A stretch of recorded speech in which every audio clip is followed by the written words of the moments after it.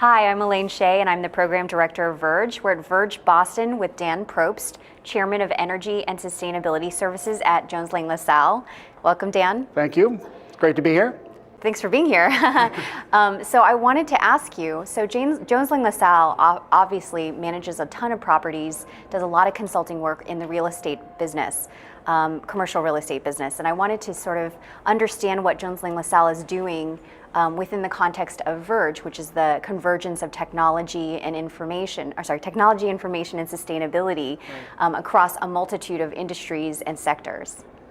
Well, certainly, we've recognized for a long time that the built environment is a big contributor to greenhouse gas emissions, has a huge environmental impact, and thus represents a huge opportunity for improvement.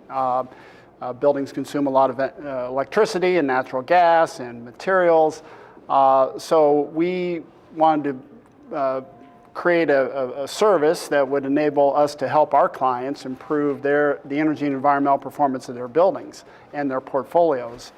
We manage about 3 billion square feet around the world, so we're well positioned to have a big impact. And we designed a group, a team, a set of services that helps our clients reduce the impact of their real estate in many different ways. So a lot of people kind of default to and think about existing buildings and how they're performing, and we do that, and I'll come back to that. But we also help them think about how they're using space and use space more efficiently, and can they reduce their environmental impact by literally reducing how much real estate they need because they're using space more efficiently and they're being smart about that.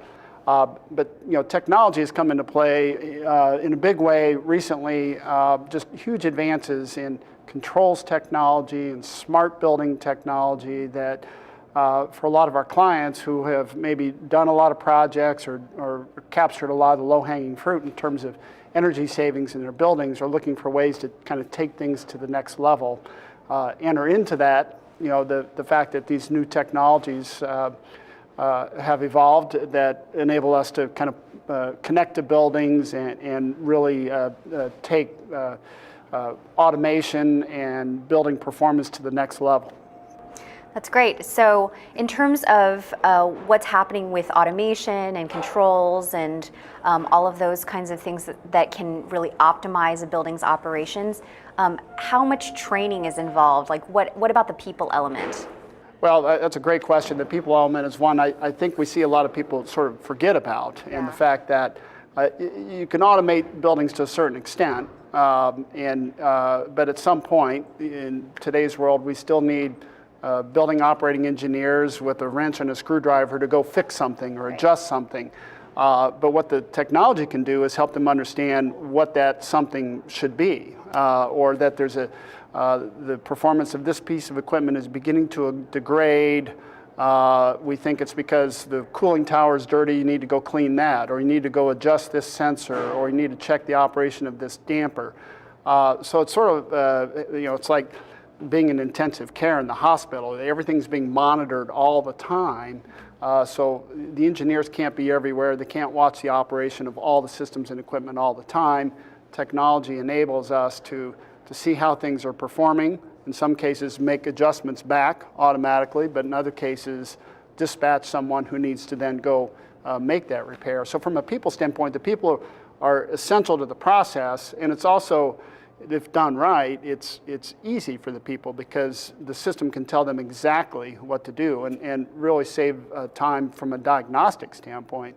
If something is, someone is too hot in a building, engineers might have to spend some time doing some analytics to find out if it's, in the ceiling with the VAV box, or it's the fan, or it's the chiller. These systems can say, here's where the problem is, here's what needs to be repaired. So kind of, two big elements: an operational element, improving and fine-tuning just performance, and then along the way, a lot of energy savings, because again, you're fine-tuning the performance of building systems and equipment all the time. Great. So I'm going to take it a sort of sidestep in here in terms of elevating the idea of a smart building. So say you have a building and it's optimized in terms of the controls and the people and the training and all of that kind of stuff, and it's producing clean energy. So on some level, it may be a net zero energy building. Like in California, we have many that are trying to come online. And so they have solar, or they have wind turbines, or they have something, and I'm kind of looking in a future scenario. Sure.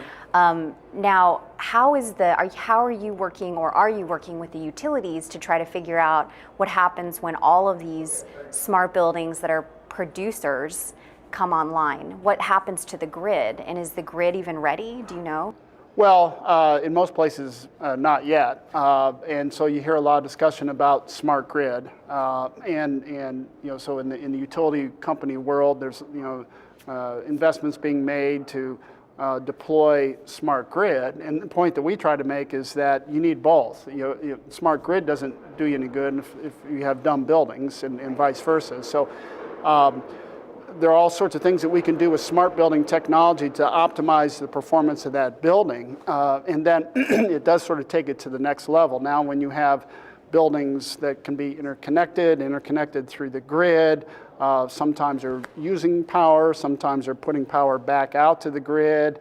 That takes the dynamics of all this to a whole new level. So projecting out in the future, that will be a huge benefit. Excellent. So let's talk about cost.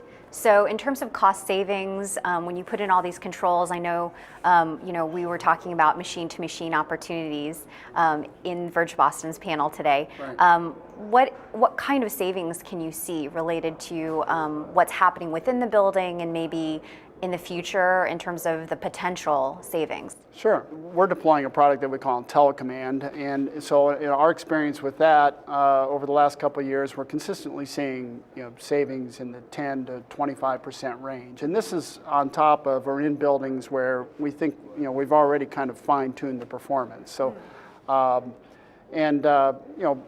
These systems aren't expensive to install, so relatively short-term paybacks, usually almost always less than 18 months. So it's just incredible technology. The installation costs are not that high. The magic is in the analytics, kind of software, and again, this ability. Again, the analogy is like. Intensive care or OnStar for your car, or fine-tuning your car while you're tuning up your car while you're driving it. That's what's going on in this built environment, and the ability to take the building performance, to that next level, constantly making adjustments in real time and fine-tuning, optimizing performance. So huge savings there. In smaller buildings, from an operational perspective, there's a great opportunity. The example there is. Take a retail site or a branch bank. If there's a temperature issue, someone comes in a truck, and then once they arrive, they begin to do some diagnostics. Right, go up on the roof. Is it rooftop unit number 3? And what's wrong with it? Analyze it. Discover what's wrong. Leaves again to go get the right parts. Come back, make a repair.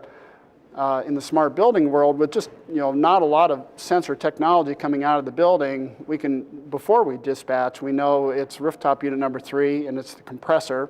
So the person who's dispatched has the skill set, the repair parts, and has does not need to perform diagnostics once on site. So it really streamlines that kind of operational process.